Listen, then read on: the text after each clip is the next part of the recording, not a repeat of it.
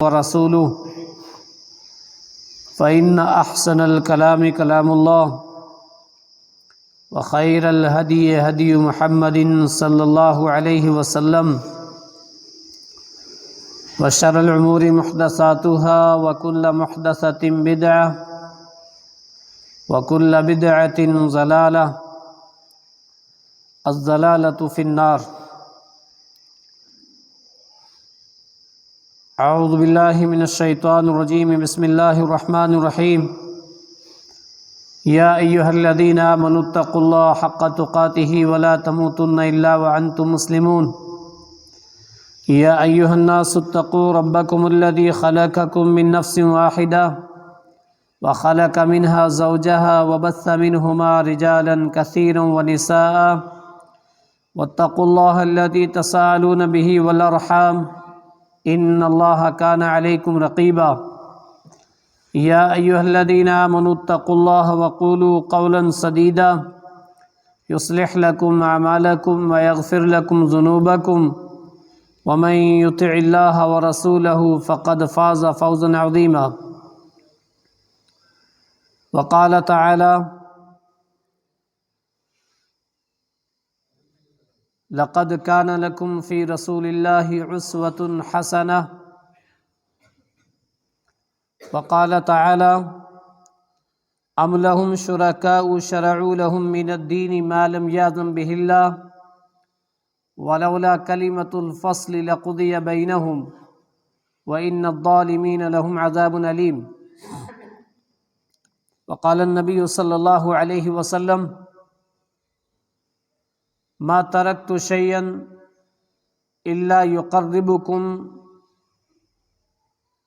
الی اللہ ویباعدکم عن النار الا قد امرتکم وما ترکت شیئا یقربکم الی النار ویباعدکم عن اللہ الا ونہیتکم. ہر قسم کی تعریفات توصیفات کبریائی بڑائی اللہ وحدہ لا شریک کے لیے لاکھ و دبا. انگنت درود و سلام ہوں انبیاء علیہ الصلاۃ والسلام کی مقدسہ جماعت پر، خصوصاً امام الانبیاء محبوب کبریا محمد مصطفیٰ صلی اللہ علیہ وسلم پر. حاضرین جمعہ،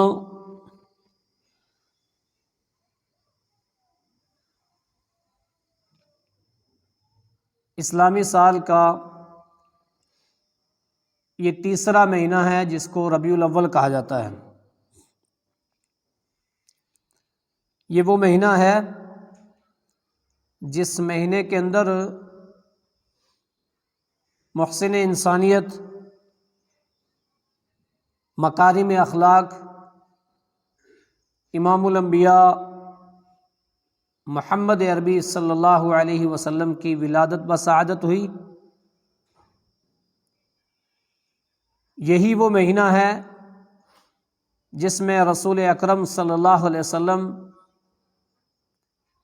اس دار فانی کو چھوڑ کر کے اپنے مالک حقیقی سے جا ملے.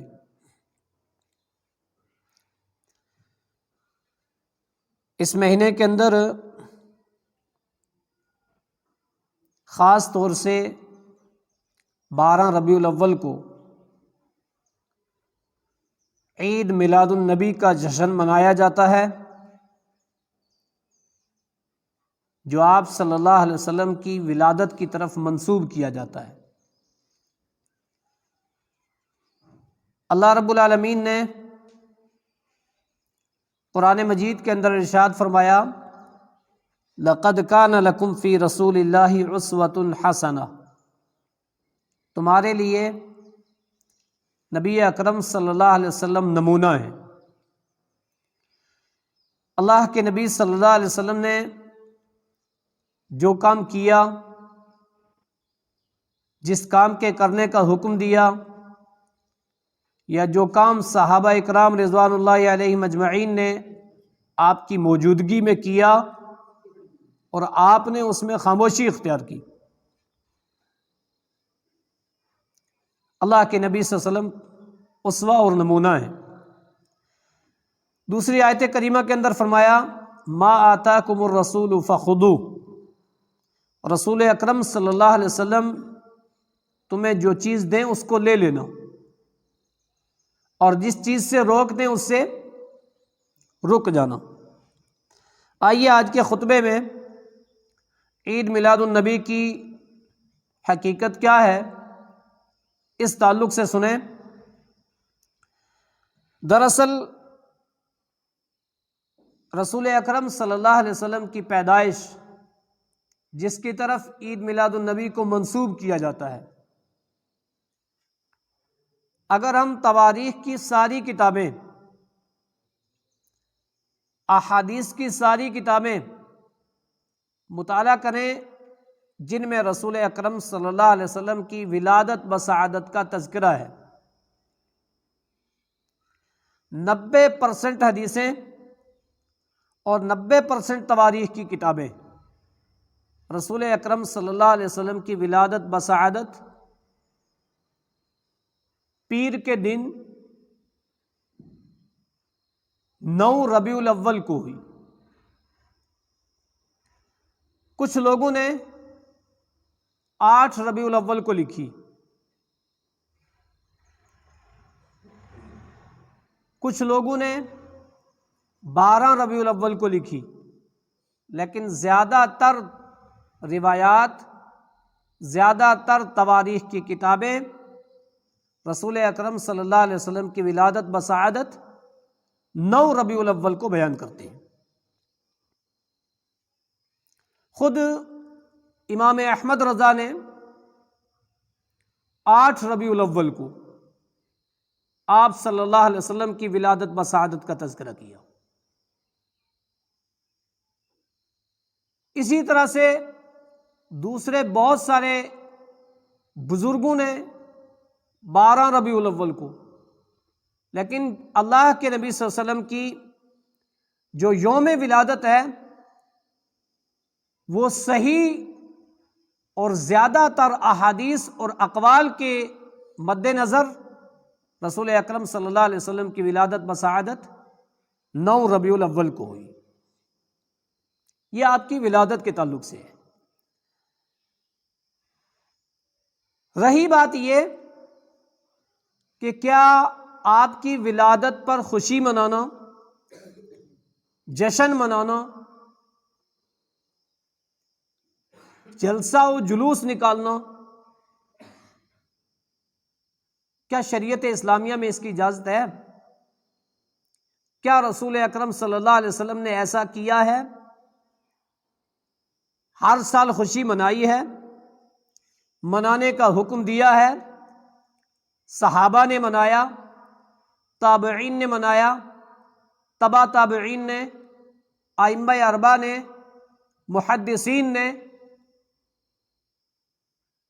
اس تعلق سے کوئی نہیں بولتا اور کوئی کہتا بھی نہیں ہے کہ ایسا ہوا ہے۔ رسول اکرم صلی اللہ علیہ وسلم نبوت ملنے کے بعد اس دنیا کے اندر 23 سال رہے، 23 سال میں 23 بار یہ دن آیا 12 ربیع الاول۔ آپ نے 23 بار میں ایک بار بھی کبھی عید میلاد النبی نہیں منائی، کبھی اپنا برتھ ڈے نہیں منایا، کبھی جشن نہیں منایا۔ اللہ کے نبی صلی اللہ علیہ وسلم کے بعد 110 ہجری میں آخری صحابی کا انتقال ہوا ہے۔ صحابہ کا پورا دور کسی صحابی نے کبھی عید میلاد النبی نہیں منائی۔ رسول اکرم صلی اللہ علیہ وسلم کے بعد خلیفہ اول حضرت ابوبکر صدیق کے دور خلافت میں 2 بار یہ دن آیا، آپ نے کبھی نہیں منائی۔ عمر فاروق کے دور میں 10 بار آیا، نہ منایا، نہ منانے کا حکم دیا۔ عثمان غنی کے دور میں 12 بار یہ دن آیا خلافت کے دور میں، نہ آپ نے عید میلاد النبی منائی، نہ منانے کا حکم دیا۔ حضرت علی کے دور میں 5 بار آیا، نہ منایا، نہ منانے کا حکم دیا۔ حضرت حسن کے دور خلافت میں ایک بار آیا، یہ 12 ربیع الاول، آپ نے نہ جشن منایا نہ منانے کا حکم دیا۔ امیر المسلمین والمومنین امیر معاویہ، جن کے تعلق سے آپ نے پچھلا خطبہ سنا، جن کا نام سنتے ہی رافضیوں کے دل میں جلن ہوتی ہے، ان کو دکھ اور افسوس ہوتا ہے۔ 19 سال خلافت کی ہے، 19 مرتبہ یہ دن آیا، نہ کبھی منایا نہ منانے کا حکم دیا۔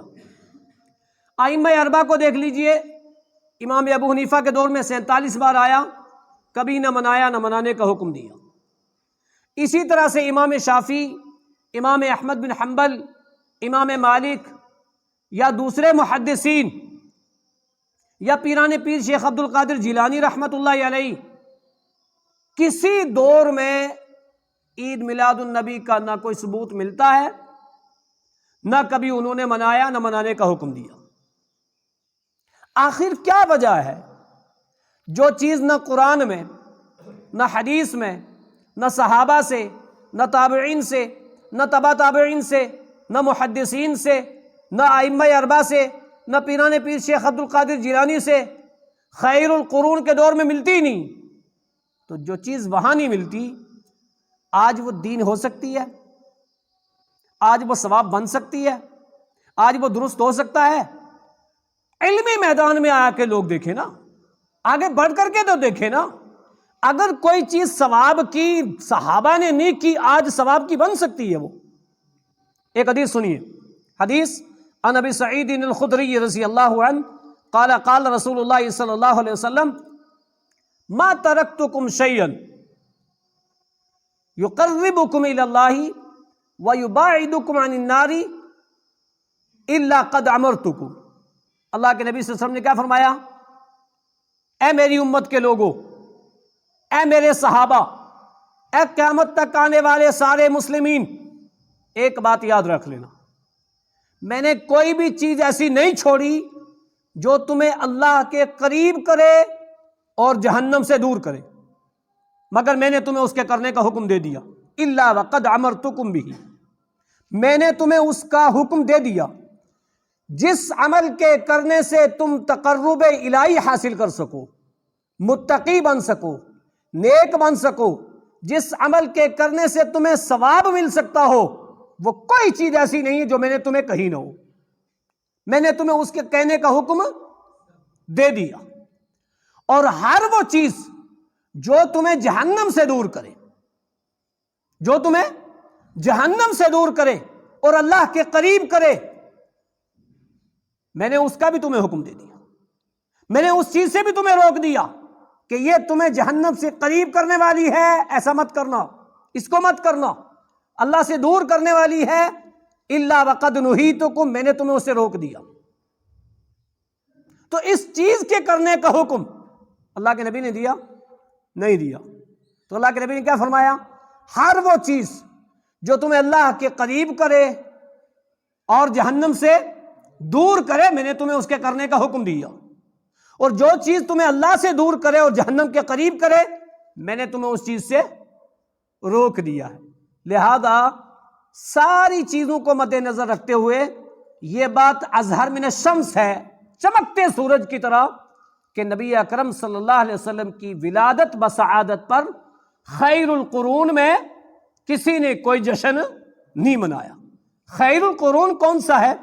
وہ حدیث سنیے، عن ابی ہریرہ رضی اللہ عنہ قال سئل رسول اللہ صلی اللہ علیہ وسلم ای الناس خیر فقال رسول اللہ صلی اللہ علیہ وسلم انا والذین معی ثم الذین علی العسر ثم الذین علی العسر ثم کأنہ رفس من بقی، رواہ احمد فی مسندہ۔ مسند احمد کی روایت، حضرت ابو ہریرہ راوی حدیث، وہ فرماتے ہیں رسول اکرم صلی اللہ علیہ وسلم سے سوال کیا گیا، ای الناس خیر، سب سے اچھے لوگ کون سے؟ اللہ کے نبی صلی اللہ علیہ وسلم نے کیا فرمایا؟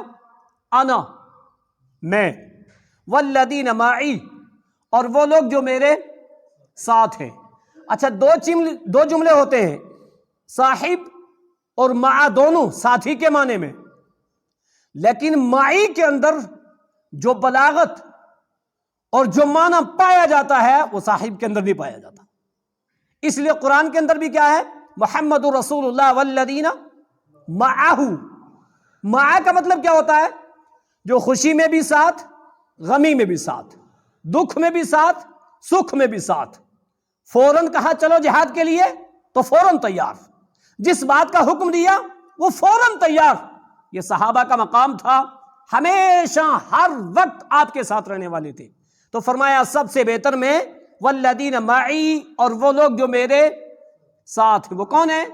وہ صحابہ اکرام رضوان اللہ علیہم اجمعین، جنہوں نے اپنا کاروبار، اپنا مال، اپنی طاقت، اپنی جانیں، اپنی خوشیاں، اپنی غمیاں، اپنے دکھ سکھ سارے رسول اللہ کے ساتھ رکھے تھے، ہمیشہ رسول اللہ کے ساتھ رہتے تھے. فرمایا وہ سب سے اچھے. اس کے بعد ثم الذین علی العصر، پھر وہ جو ان کے نشانات قدم پر چلیں. اثر کسے کہتے ہیں؟ اثر کہتے ہیں کہ ایک آدمی چلے، جہاں وہ قدم رکھ رہا ہے اس کے قدم پر قدم رکھنا، اس کو بولتے ہیں اثر. برف پڑی ہوئی ہو، نشانات کیسے ہوں گے قدموں کے؟ تو جو سامنے جا رہا ہے نا، جہاں قدم اس نے رکھا ہے اس پہ رکھنا، اس کو بولتے ہیں اثر. ثم الذین علی الاثر، پھر وہ جو ان کے نقش قدم پر چلیں، یعنی تابعی جو صحابہ کے نقش قدم پر چلیں. ثم الذین علی الاثر، پھر وہ تبع تابعی جو صحابہ تابعی کے نقش قدم پر چلیں. یہ تین زمانوں کو رسول اکرم صلی اللہ علیہ وسلم نے کیا فرمایا؟ خیر القرون کا زمانہ. اس خیر القرون میں یہ چیز تھی نہیں تھی. اس کے بعد نبی نے کیا جملہ فرمایا؟ ثم کأنہ رفس من بقیہ. اس کے بعد کے لوگ تو رفسا کا معنی دیکھے اٹھا کے، ریجیکٹ. رفس من بقیہ، بعد کے لوگ تو بے معنی ہیں، ریجیکٹ ہیں، ان کی کوئی قابل قبول دین کے اندر حجت نہیں ہے، ان کی باتیں ریجیکٹ ہیں. اور یہی وہ دور ہے جو فتنے کا دور شروع ہوا ہے. اس خیر القرون کے اندر عید میلاد النبی کا کوئی تصور تھا ہی نہیں، منائی نہیں جاتی تھی. جو چیزیں وہاں نہ منائی جاتی ہو، آج وہ دین ہو سکتی ہے؟ آج وہ ثواب ہو سکتی ہے؟ بالکل نہیں ہو سکتی. لہذا معلوم یہ ہوا عید میلاد النبی کا ثبوت نہ قرآن میں، نہ احادیث رسول میں، نہ صحابہ سے، نہ تابعین سے، نہ تبع تابعین سے، نہ ائمہ اربعہ سے، نہ کسی محدثین سے. یہ چیز اس دور میں تھی ہی نہیں. ہاں ایک چیز اور سمجھیں، لوگ کہتے ہیں کیا ہو گیا یار، محسن انسانیت اس مہینے میں پیدا ہوئے، تم خوشی نہ منائے؟ بہت اچھی بات ہے بھائی، خوشی ہے، ہمیں خوشی ہے، کیونکہ روئے زمین پہ سب سے افضل انسان اس مہینے کی 9 ربیع الاول کو آیا. خوشی ہے ہمیں، لیکن خوش ہونا الگ چیز ہے، خوشی منانا الگ چیز ہے. غم زدہ ہونا الگ ہے اور غم منانا الگ ہے. شریعت نے خوش ہونے کا حکم دیا ہے، شریعت نے خوش ہونے کا حکم دیا ہے، خوشی محسوس کرنے کا حکم دیا ہے، لیکن خوشی منانے کا حکم 2 جگہوں کے علاوہ تیسری کوئی نہیں، 2 موقعوں کے علاوہ تیسری کوئی نہیں ہے شریعت کے اندر. اسی طرح سے شریعت میں غم زدہ ہونے کی اجازت ہے، لیکن غم منانے کی اجازت نہیں ہے. ہے تو اجازت دی، کب تک، کتنے دنوں تک، کس کو، کہاں تک، ساری چیزیں واضح ہیں. آئیے وہ حدیث سنیے کہ شریعت نے خوشی منانے کی اجازت نہیں دی، خوش ہونے کی اجازت دی ہے. حدیث سنیں، عن انس بن مالک رضی اللہ عنہ قال قدم النبی صلی اللہ علیہ وسلم المدینۃ ولهم یومان یلعبون فیہما فقال رسول اللہ صلی اللہ علیہ وسلم ما هذان اليومان قالوا كنا نلعب في الجاہلیۃ فقال رسول اللہ صلی اللہ علیہ وسلم قد ابدلکم بہما خیرا منہما یوم الاضحی و یوم الفطر. رواہ النسائی فی کتاب الصلاۃ، حدیث نمبر 1556، نسائی شریف کی 1556 نمبر کی حدیث. انس بن مالک راوی حدیث وہ فرماتے ہیں کہ جب ہم ہجرت کر کے مدینہ آئے تو اللہ کے نبی صلی اللہ علیہ وسلم نے لوگوں کو خوشی مناتے ہوئے دیکھا اور لوگوں سے پوچھا ما ہذان الیومان، یہ 2 دن کون سے ہیں؟ یہ کیسے دن ہیں جن دنوں میں تم لوگ خوشیاں منا رہے ہو؟ قالوا كنا نلعب في الجاہلیت، انہوں نے کیا کہا؟ ہم ان دنوں میں زمانہ جاہلیت سے ہی عید مناتے چلے آ رہے ہیں، خوشیاں مناتے چلے آ رہے ہیں۔ اللہ کے نبی نے کیا فرمایا؟ قد ابدلکم بہما خیرا منہما، اللہ تعالیٰ نے تم دونوں کے لیے، تمہارے لیے ان دونوں کے بدلے 2 اور دن مقرر کر دیے۔ قد ابدلکم بہما، ان دونوں کے بدلے بدل دیے۔ خوشی منانے کے، عید منانے کے 2 دن رکھے، 2 دن رکھے ہیں، عیدیں 2 رکھی ہیں۔ کون سی؟ پھر بتایا بھی یوم الاضحیٰ و یوم الفطری، ایک عید الاضحیٰ اور ایک عید الفطر۔ اسلام کے اندر 2 ہی عیدیں ہیں، تیسری عید کا کوئی تصور نہیں۔ فرمایا یہ 2 دن مقرر کیے ہیں، یہ ہیں خوشی منانے کے دن۔ خوشی اگر منانا ہے تو ان 2 دنوں میں مناؤ، ان 2 دنوں کے علاوہ تیسرا دن کوئی خوشی منانے کا نہیں ہے۔ خوش ہو سکتا ہے بندہ، لیکن خوشی منا سکتا ہے صرف 2 ہی، یہ جملہ یاد رکھیے۔ خوش ہمیشہ ہو سکتا ہے، لیکن خوشی 2 دن میں منانی ہے، ایک عید الاضحیٰ اور ایک عید الفطر۔ اس کے علاوہ تیسرا کوئی دن نہ قرآن سے، نہ حدیث سے، نہ صحابہ سے، نہ کسی اور خیر القرون کے دور سے کہ تیسری کوئی عید اسلام کے اندر ہو، اس کا کوئی تصور نہیں ہے۔ دوسری بات، غم منانا اور غم زدہ ہونا۔ غم زدہ ہو سکتا ہے لیکن غم نہیں منا سکتا بندہ۔ غم کب تک اور کب منا سکتا ہے؟ ایک حدیث سنیں۔ وعن عائشہ وحفصہ زوج النبی صلی اللہ علیہ وسلم ان النبی صلی اللہ علیہ وسلم لا يحل لامرأة تؤمن بالله والیوم الآخر ان تحد على فوق 3 لیال الا على زوج۔ رواہ موطا امام مالک کتاب الطلاق کے اندر یہ حدیث موجود۔ حضرت حفصہ اور اماں عائشہ صدیقہ، دونوں مومنوں کی ماں، ایک ابو بکر کی بیٹی، ایک عمر فاروق کی بیٹی، رسول اکرم صلی اللہ علیہ وسلم کی ازواج مطہرات اور مومنوں کی ماں، وہ کیا فرماتی ہیں؟ ان النبی صلی اللہ علیہ وسلم، اللہ کے نبی صلی اللہ علیہ وسلم نے فرمایا لا يحل لامرأة، کسی عورت کے لیے حلال نہیں ہے، کسی عورت کے لیے حلال نہیں ہے ان تحد علی میت فوق 3 لیال، کہ کسی بھی مرنے والے شخص کے لیے 3 دن سے زیادہ غم منائے۔ لا یحل، حلال نہیں ہے کسی کے لیے، کسی کے لیے بھی حلال نہیں ہے کہ وہ غم 3 دن سے زیادہ منائے۔ پتہ کیا چلا؟ غم منا سکتے ہیں کتنا دن تک؟ 3 دن تک۔ سوگ کے دن 3 ہے، غم کے دن 3 ہے، 3 کے زیادہ نہیں ہے۔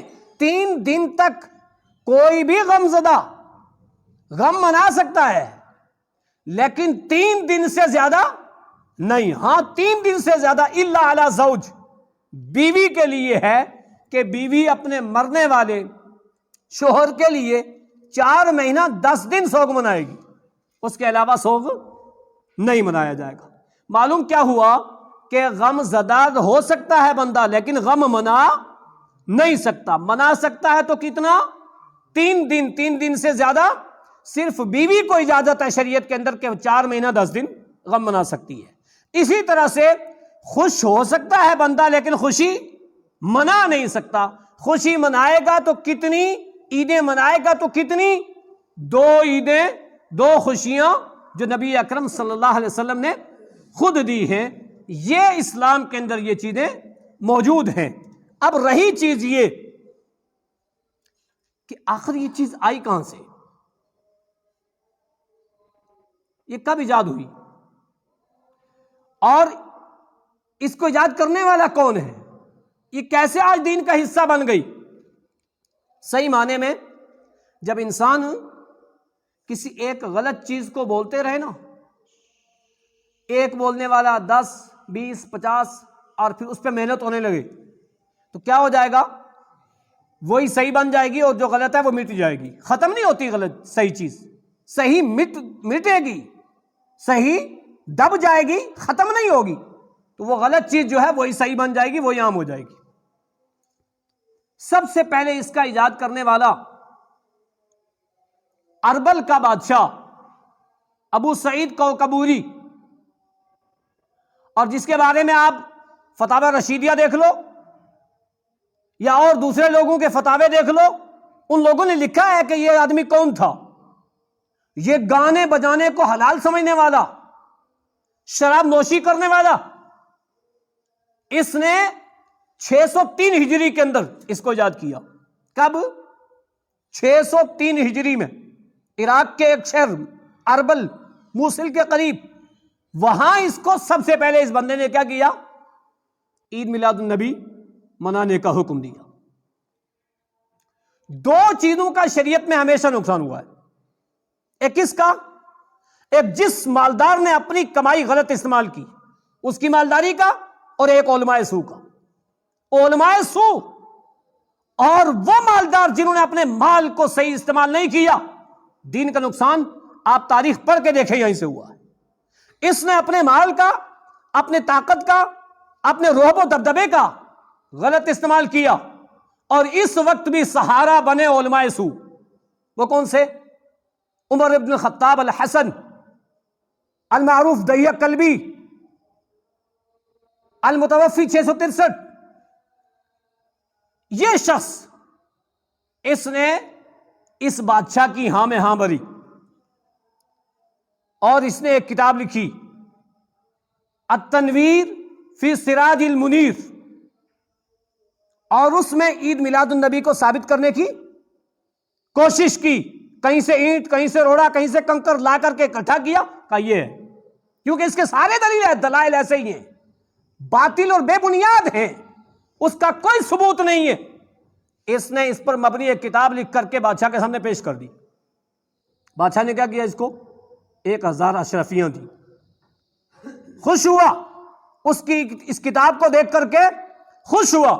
چنانچہ عراق جو ہمیشہ سے فتنے کی جگہ، فتنے کی جڑ رہی، جس کی طرف نبی اکرم صلی اللہ علیہ وسلم نے مبارک انگلی سے اشارہ کیا تھا فتنے اٹھنے کے، اور فتنے اٹھتے رہے اور اٹھ رہے، وہیں سے اس کا ایجاد سب سے پہلے ہوا۔ یہ جو چیز ایک گانے بجانے والے بادشاہ نے، غلط کردار والے شخص نے ایجاد کیا، ہم نے اس کو بڑا جلدی قبول کر لیا۔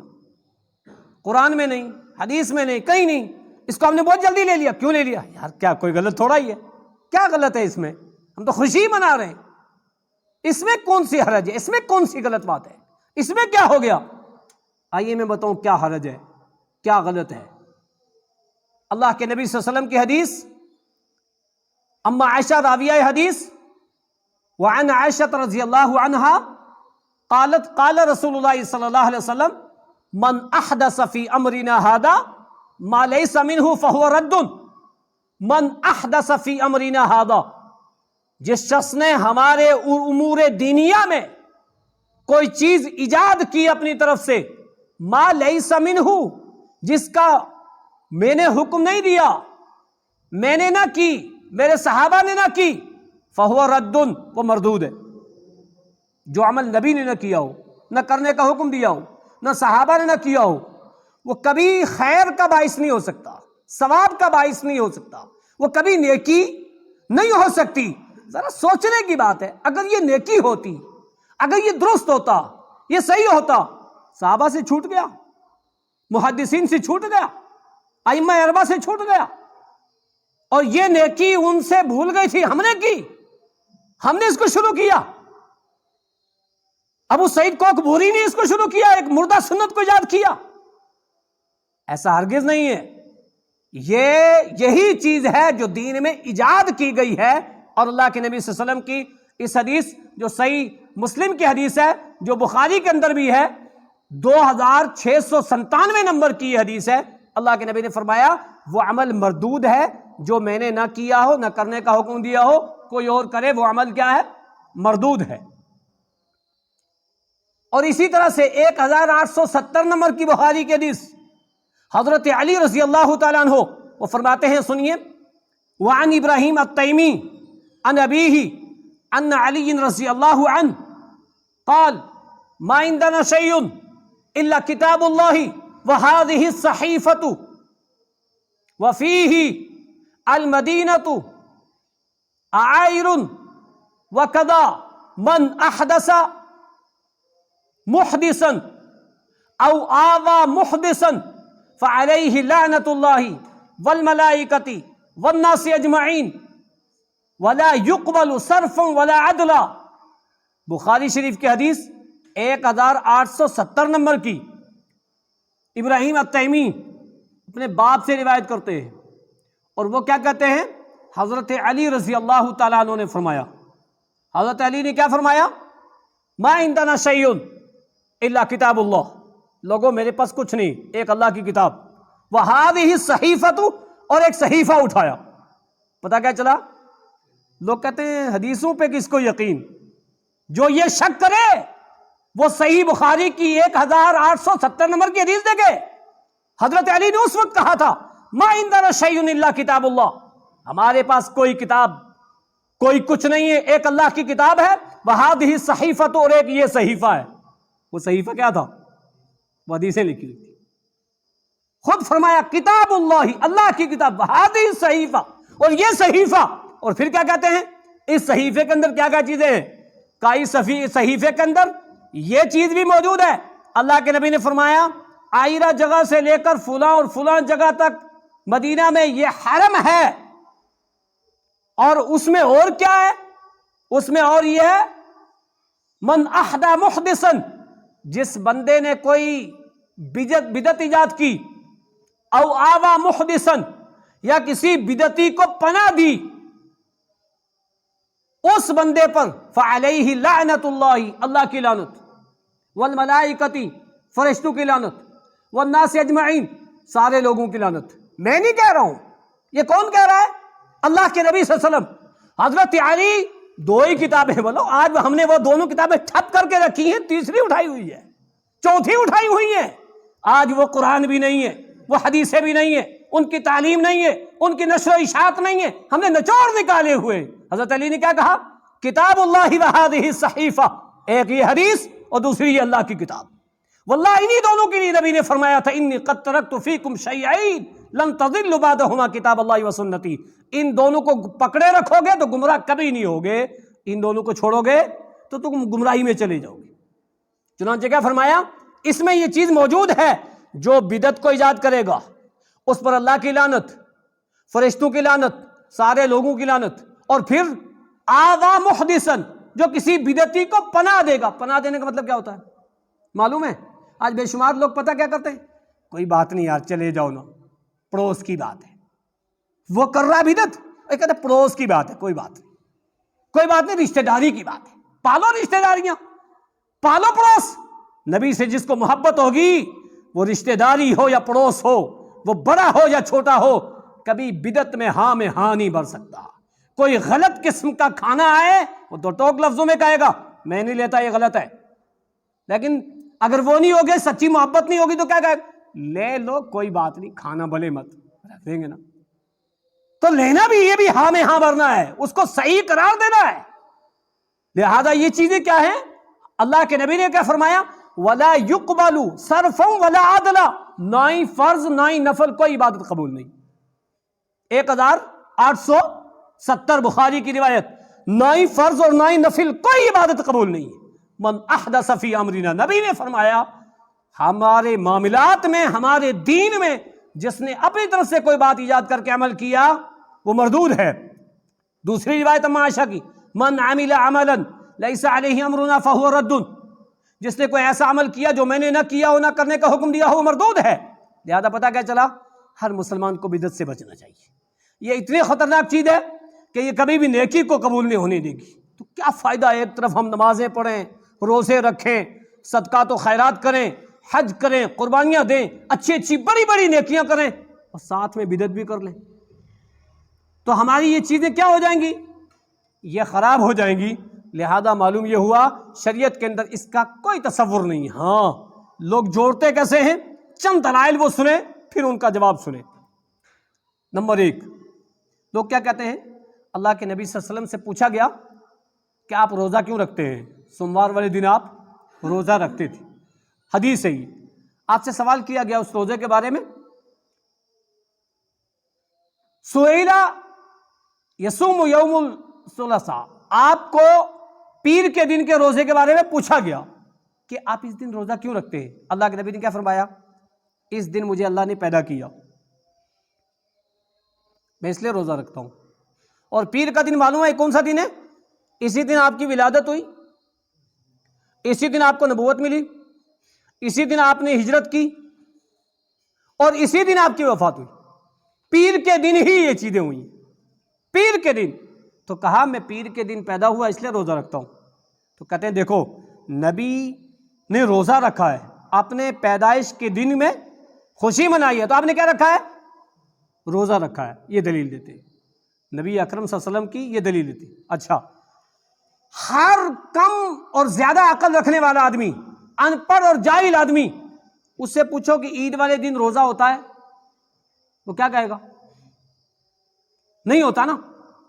تو ہم کہتے ہیں عید میلاد النبی، تو اگر نبی نے عید منائی تو روزہ رکھا ہوا، یعنی روزہ بھی اور عید بھی دونوں چیزیں جمع نہیں ہو سکتی ہیں، دونوں چیزیں جمع نہیں ہو سکتی ہیں۔ اور پھر نبی نے فرمایا میں اسی دن پیدا ہوا، اسی دن ہجرت کی، اسی دن نبوت ملی، اسی دن آپ صلی اللہ علیہ وسلم کی وفات ہوئی، لہذا یہ کوئی دلیل نہیں ہے۔ اگر یہ دلیل ہوتی تو بہت اچھا ہوتا، اگر اس پہ عمل کرنا ہوتا تو کیا کرو نا، روزہ رکھو نا یار۔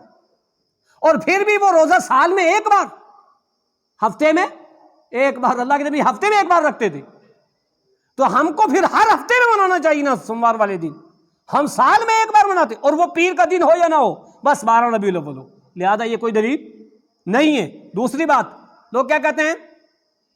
کہتے ہیں سویبیہ جو اللہ کے نبی صلی اللہ علیہ وسلم کی رضائی ماں ہیں، ابو لہب کی لونڈی تھیں، سویبیہ نے ابو لہب سے آ کر کے کہا کہ عبداللہ کے گھر بچہ پیدا ہوا ہے۔ رسول اکرم صلی اللہ علیہ وسلم کی ولادت کی جب خبر سویبیہ نے ابو لہب کو دی، فَآتَقَهَا، اس نے انگلی سے اشارہ کیا کہ جا تو آزاد ہو گئی، جا تو آزاد ہو گئی۔ تو دیکھو اس نے بھی خوشی منائی، نبی کی ولادت کی جب خبر ملی تو خوشی منائی۔ کس نے منائی خوشی؟ ابو لہب نے۔ پھر ایک مرسل روایت، عروہ کا قول، وہ کیا کہتے ہیں؟ ابو لہب کا انتقال ہو گیا، انتقال ہوا تو خاندان میں سے کسی نے ابو لہب کو خواب میں دیکھا، پوچھا کیا حال ہے؟ ابو لہب نے کیا کہا؟ حالت بڑی خراب ہے، ہمیشہ مصیبت اور سزا میں ہی ہوں، ہاں پیر کے دن مجھے انگوٹھے اور شہادت کی انگلی کے درمیان سے پانی ملتا ہے پینے کے لیے، وہ جو میں نے اپنی لونڈی سویبیہ کو آزاد کیا تھا نبی کی ولادت کی خبر سننے کے بعد۔ کہتے دیکھو دلیل ہوئی یا نہیں ہوئی؟ دلیل کس کی لے رہے ہیں؟ ابو لہب کی۔ خواب میں کس نے دیکھا؟ غیر مسلم نے، اس کے خاندان نے، اس کی خواب کو ہم نے دلیل مان لیا، ہم نے قرآن کو دلیل نہیں مانا۔ قرآن نے کیا کہا؟ قرآن نے کہا تبت یدا ابی لہب و تب، ابو لہب کے دونوں ہاتھ ہاک آلود ٹوٹ جائیں، یدا دونوں ہاتھ، قرآن نے کہا دونوں ہاتھ تو برباد، اور دونوں ہاتھ میں انگلیاں کتنی؟ 10، تو 10 کی 10 برباد نہیں۔ ما اغنا عنہ مالہ وما کسب، اس کی ہلاکت پہ تو قرآن کی ایک سورت اتری، اس سورت کو ماننے کے لیے تیار نہیں، ابو لہب کا خواب ماننے کے لیے تیار۔ قرآن نے کہا ہلاک اور برباد، لہذا قرآن مجید سے یہ بات ثابت ہے، قرآن مجید میں ابو لہب کی بربادی کے لیے مستقل ایک صورت ہے۔ اور پھر دوسری بات یہ کہ یہ روایت صحیح نہیں ہے، یہ روایت صحیح نہیں ہے، اس کی اس روایت کو مان کر کے ہم کیا کریں؟ ہم نے دلیل بنا لی، یہ دیکھو جی قرآن میں آیا، یہ دیکھو جی فلاں نے خواب میں دیکھا۔ پھر عیسیٰ علیہ السلام نے ایک دعا کی تھی، کیا؟ ربنا انزل علینا مائدۃ من السماء تکون لنا عیدا لاولنا وآخرنا وآیۃ منک وارزقنا وانت خیر الرازقین۔ 7ویں پارے میں سورہ مائدہ کی آخری آیتیں ہیں۔ لوگ اصرار کرتے تھے اللہ سے دعا کرو، من و سلوہ آیا تھا نا، کہا ربنا انزل علینا مائدۃ من السماء، عیسیٰ علیہ السلام نے کہا اللہ آسمان سے ان کے لیے کوئی دسترخوان نازل فرما، کوئی کھانا نازل فرما، تکون لنا عیدن، عید کا لفظ آیا نا، یہ دلائل ہے، یہ تکون لنا عیدا لاولینا وآخرنا، جو پہلے اور بعد والوں کے لیے سب کے لیے خوشی ہو جائے، اور تو بہتر رزق دینے والا ہے۔ دیکھو اس عید کا کنسپٹ کہاں ہے، کس چیز سے ہے؟ کھانے سے، اور کب؟ کسی ایک دن میں، لیکن لفظ عید آیا نا تو عوام الناس کو جلدی سمجھ آ جائے گا، ہاں دیکھو نا عید الاولین۔ ایسے ہی ایک دلیل اور کیا دیتے ہیں، سورہ یونس کی آیت نمبر 85، اللہ رب العالمین نے کیا فرمایا؟ قل بفضل اللہ وبرحمتہ فبذلک فلیفرحوا هو خیر مما یجمعون، قل بفضل اللہ۔ اس لیے پچھلی آیت قرآن مجید کے نزول کے تعلق سے قل بفضل اللہ وبرحمتہ، یہ اللہ کی رحمت اور اس کا فضل ہے کہ اس نے قرآن جیسی عظیم کتاب، جو رشد و ہدایت کی سب سے عظیم کتاب ہے، جو سلیبس زندگی کی سب سے عظیم کتاب ہے، اس جیسی کوئی پہلی آسمانی کتاب بھی نہیں ہے۔ فلیفرحوا، خوش ہو اس سے۔ اب فریح یفرحوا کا لفظ آیا تو اس کو یہاں سیٹ کر لیا کہ خوش ہو نبی کی ولادت پر، فلیفرحوا هو خیر مما یجمعون، جو کچھ تم دنیا کو لپیٹ رہے ہو، جمع کر رہے ہو، جس کے پیچھے پڑے ہو، اس سے بہتر کیا ہے کہ تم احکام الہی سے خوش ہو، وحی الہی سے خوش ہو، دین ہدایت سے خوش ہو، جو تمہاری ابدی زندگی کا بنانے والا ہے۔ اب یہاں سے سیٹ کر کے ایسے بے شمار دلائل ہیں جو حقیقت پر مبنی نہیں ہے، صرف جیسے ڈوبنے والے کو تنکے کا سہارا، بس ایسے سہارے لے کر کے وہاں بچنے کی کوشش کی ہے۔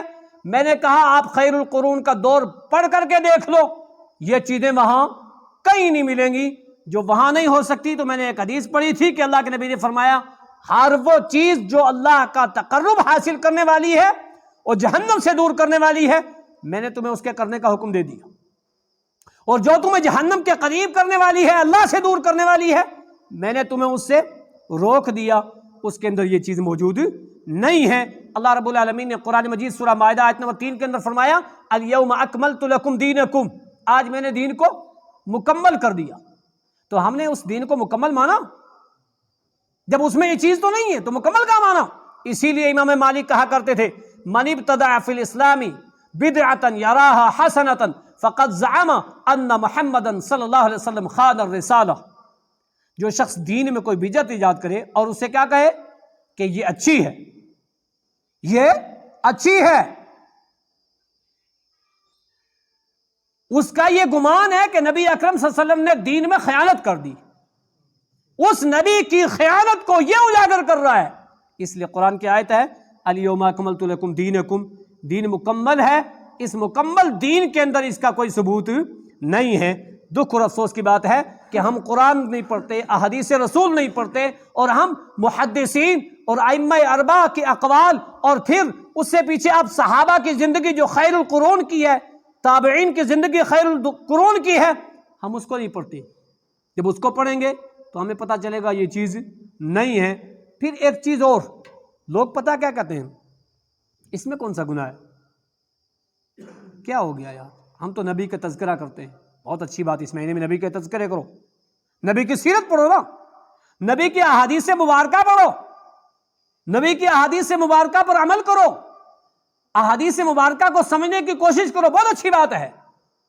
لیکن یہ کہنا کہ اس میں کوئی حرج نہیں ہے، کوئی گناہ نہیں ہے، کوئی فلاں نہیں ہے۔ حضرت علی رضی اللہ تعالیٰ عنہ نے ایک شخص کو عید کے دن 2 رکعت عید سے پہلے پڑھتے دیکھا، فوراً ٹوکا، کہا کیا پڑھ رہے ہو ابھی، اس ٹائم کوئی نماز نہیں ہے۔ اس شخص نے بھی کہا تھا کیا حرج ہے، کوئی حرج نہیں ہے، میں کوئی غلط تھوڑا کر رہا ہوں، میں وہی دعائیں پڑھوں گا، وہی قرآن کی سورت پڑھوں گا، کچھ الگ نہیں پڑھوں گا، ثواب کی نیت سے پڑھ رہا ہوں، وہی پڑھ رہا ہوں۔ حضرت علی نے اسے کیا کہا تھا، ہاں یہ بات ٹھیک ہے، تمہیں اللہ تعالیٰ ان 2 رکعتوں کی وجہ سے سزا نہیں دے گا، کیونکہ تم قرآن ہی پڑھو گے، بھائی وہی دعائیں پڑھو گے، وہی درود پڑھو گے، تمہیں ان 2 رکعتوں کی وجہ سے اللہ سزا نہیں دے گا، لیکن مخالفت رسول کی وجہ سے ضرور سزا دے گا، کیونکہ رسول اکرم صلی اللہ علیہ وسلم کی مخالفت ہے۔ اللہ رب العالمین نے قرآن میں فرمایا فَلْيَحْذَرِ الَّذِينَ يُخَالِفُونَ عَنْ أَمْرِهِ أَن تُصِيبَهُمْ فِتْنَةٌ أَوْ يُصِيبَهُمْ عَذَابٌ أَلِيمٌ. لوگوں کو ڈرنا چاہیے رسول کی مخالفت سے، کہیں ان پر دردناک عذاب، کوئی مصیبت نہ آ جائے یا دردناک عذاب نہ آ جائے. آج کے خطبے سے یہ بات واضح ہوئی قرآن و حدیث کی روشنی میں. عید میلاد النبی کا ثبوت نہ قرآن میں، نہ حدیث میں، نہ خیر القرون کے دور میں نہیں ہے. کب ایجاد ہوئی؟ 603 ہجری کے اندر. کس نے ایجاد کی؟ اس سے پہلے اس کا کوئی دور نہیں. اور پھر اس بر صغیر کے اندر اب جاؤ تاریخ پڑھ کے دیکھو، سب سے پہلے 1933 میں لاہور کے اندر موچی دروازے سے شروع ہوئی. سب سے پہلے 1933 میں بر صغیر کے اندر. اس سے پیچھے بر صغیر میں بھی نہیں تھے. پرانے بزرگوں سے پوچھو، لوگ پہلے کیا کہتے تھے؟ 12 وفات.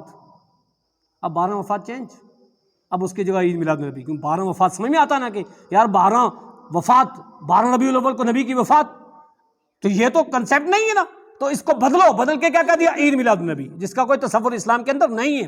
ہاں 12 ربیع الاول کو کیا ہوا تھا، آپ کی کیفیت کیا تھی، صحابہ کی کیا تھی، اس سے 1 2 4 دن پہلے کیا تھی، انشاءاللہ آئندہ خطبے میں وہ سنیں گے. آپ کو معلوم ہوگا کہ وہاں صحابہ کی کیا کیفیت تھی 12 ربیع الاول کو. اما عائشہ کی کیا تھی، حسن کی کیا تھی، حسین کی کیا تھی، فاطمہ کی کیا تھی، بلال کی کیا تھی. ہم کیا کرتے ہیں؟ اس کا تصور خود کریں. اللہ کے لیے آؤ قرآن کو پڑھو، اللہ کے لیے آؤ حدیث کو پڑھو، آؤ تواریخ اسلام کو پڑھو. صحیح بات کا پتہ چلے گا اور غلط بات مٹے گی. اللہ تعالی ہر مسلمان کو قرآن و حدیث سمجھنے، اس کے مطابق عمل کرنے کی توفیق عطا فرمائے. نبی اکرم صلی اللہ علیہ وسلم سے سچی محبت اور سچی محبت کا تقاضا ادا کرنے کی توفیق عطا فرمائے. ربنا تقبل